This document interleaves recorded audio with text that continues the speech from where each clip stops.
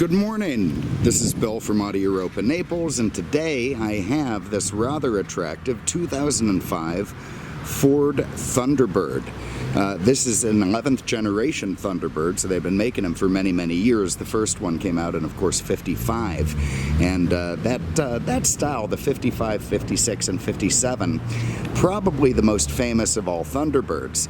And this car is one of the retro modern genre type things that styled itself after those rather famous cars.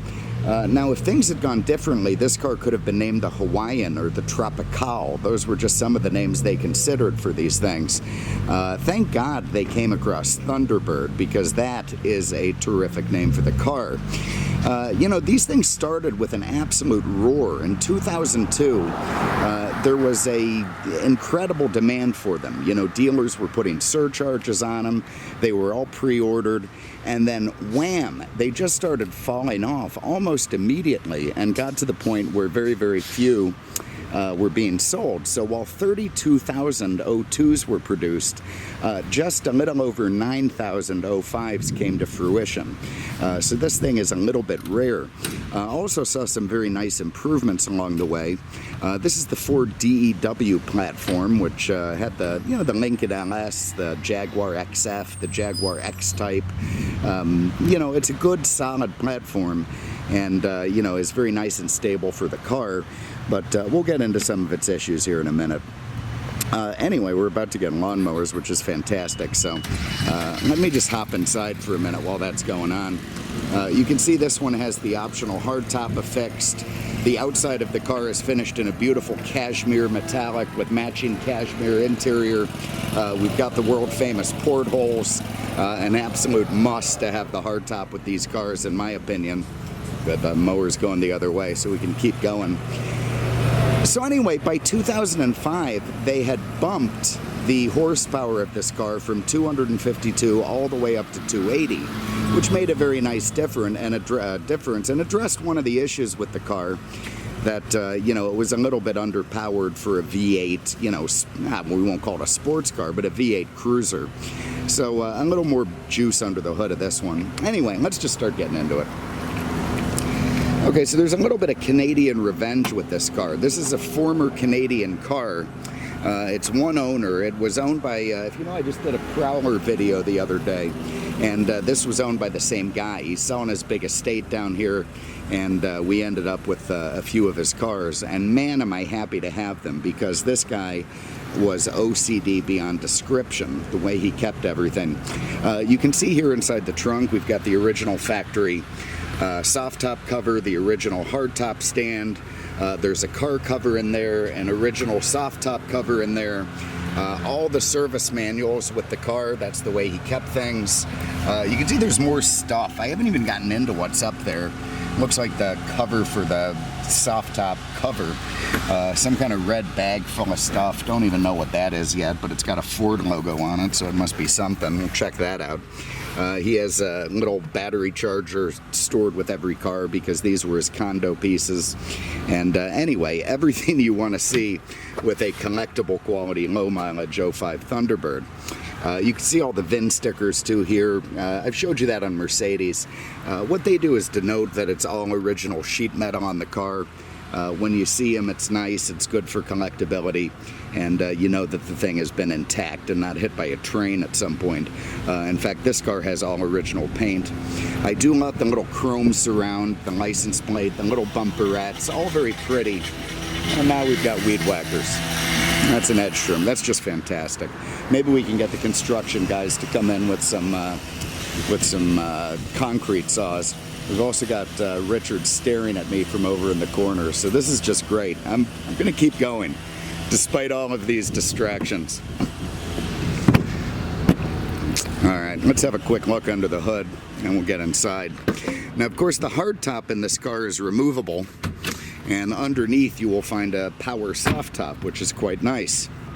You also get a little non-functional hood scoop here. On the 50th, has a nice little chrome bezel on it, all very pretty. Big Thunderbird logo with a Thunderbird blue color, again, very pretty. One-handed. Anyway, under the hood, exactly what you'd expect to see from a garage kept since new 19,000 mile OCD owned Thunderbird. There is that 3.9 liter V8. It's got double overhead cams. It's just a very nice, smooth engine. Everything nice and proper, all very lovely. It still has even the protect. It's great. Super. Love it. Love it. Still has the protective plastic on the V8 logo there. You can see not a hint of corrosion, rust. I mean, this thing's just absolutely flawless under the hood. Very nice. Headlights, crystal clear. Love the fog lamps in the grille. Of course, all very reminiscent of the earlier Thunderbirds. Oh, God. And before we get in and end the noise, you get the 50th anniversary badges and a beautiful chrome strip around the windshield. Oh, God. Okay, just for a minute. Let's get in here. Then I'll show you the seat and all that stuff. But okay, here you can see a very attractive instrument cluster in white with the blue needles and the chrome surround. Simple, easy. You've got your 260 kilometer speedo. You've got your 7,000 RPM tach with no decipherable red line. I don't think it's 7. You got a temp gauge there. You got a fuel gauge. Nice. Look at the beautiful cashmere leather in this. You might call it ivory. What a gorgeous combination with the taupey dash, the sort of lovely, you know, aluminum looking trim with the 50th anniversary logo, and then the ivory. It all just intermixes very, very nicely in an elegant sort of way. A lot of the O2s did, you know, kind of fancy stuff with the colors, seats and body color and that sort of thing, which looks nice, but I think this particular setup in the 50th 05 is the most attractive. Here you can see it's got automatic headlights. You can just have them off there. You can have them on auto, varying lengths. They'll stay on afterwards. Here's your dimmer control. There's your mirrors, your stalk for the wipers. Nice body color steering wheel on the top, all very cool with the leather beneath it, the Thunderbird logo facing you. You've got multifunction stuff for the cruise control and the radio. Very simple window swing, you know, right out of the Ford parts bin. They're kind of cheap, but they always work, and that's the important thing. Lovely little chrome pull handle there, nicely finished door handle, big chrome release for the trunk down there. Nice little spot to put a stiletto here in the map pocket. Over here you've got vents, obviously, for the air conditioning. In-dash CD changer. Lovely. Got a little AC going this morning. Do we have SAT? Nope, no SAT. We've got automatic climate control. We've got a cigarette lighter if you want to take up smoking. Obviously, this guy didn't. This button would run your power top if we didn't have the hard top on. You can turn off the airbag there for the, you know, if you got a kid in the passenger seat, God forbid. You got another 12-volt outlet there. Optional heated seats. Beautiful body colored shift knob, all very, very cool. You know, you can go over and ship Tiptronically. This is something I tell my detailer. When you're cleaning the cars, run the shift knob, and then you can clean the front of it. And he does it exactly never.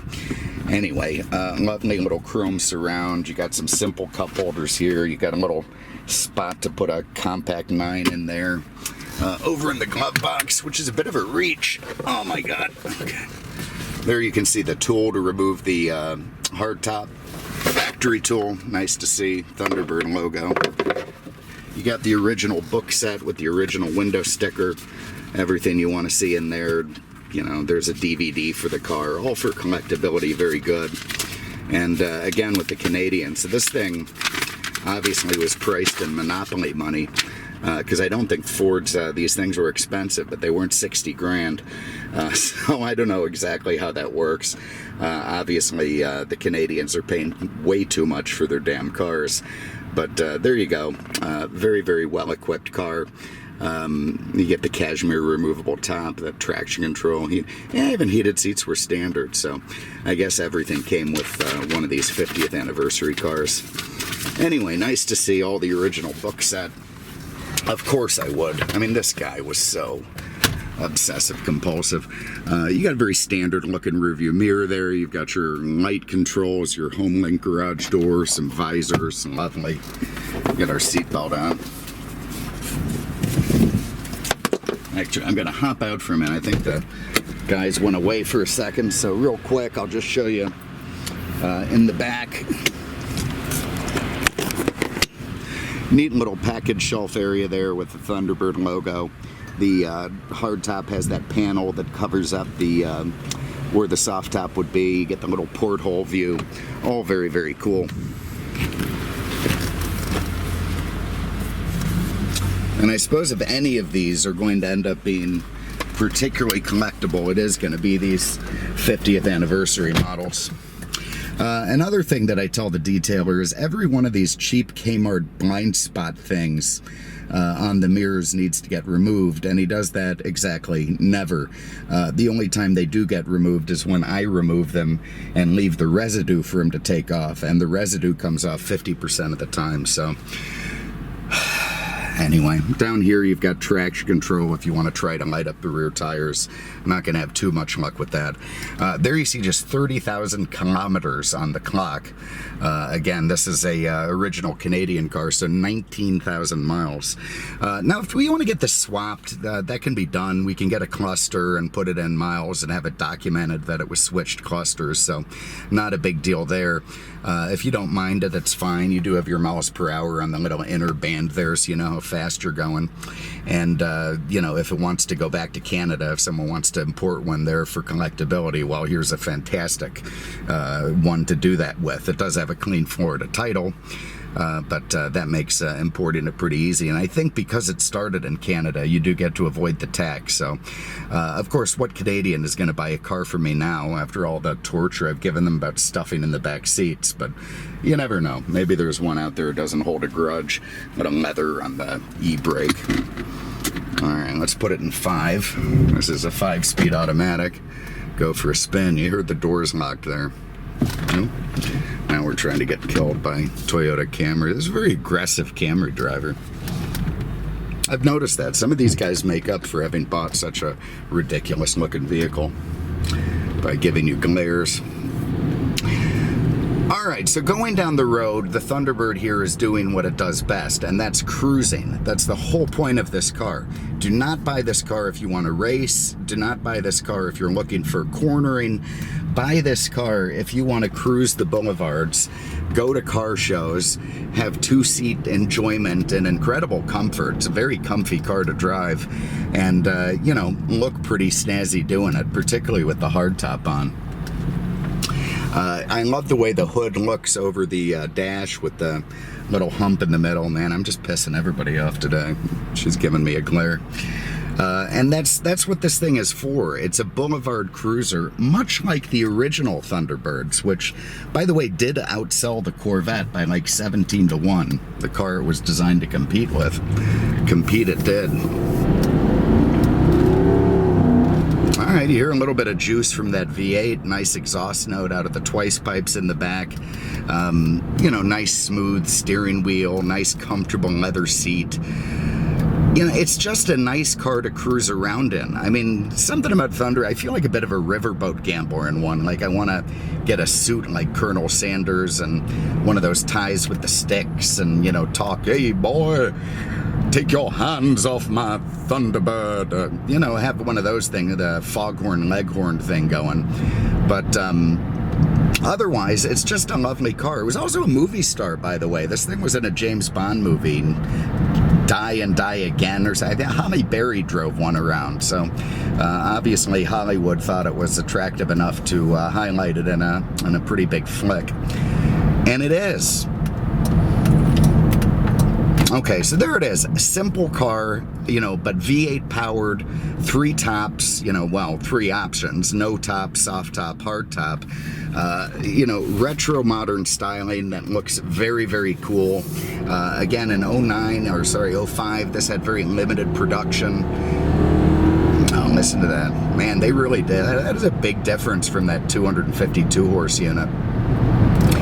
So there it is. If you want one to put away, go up in value, enjoy driving it sparingly, it's an excellent choice. This is a terrific car.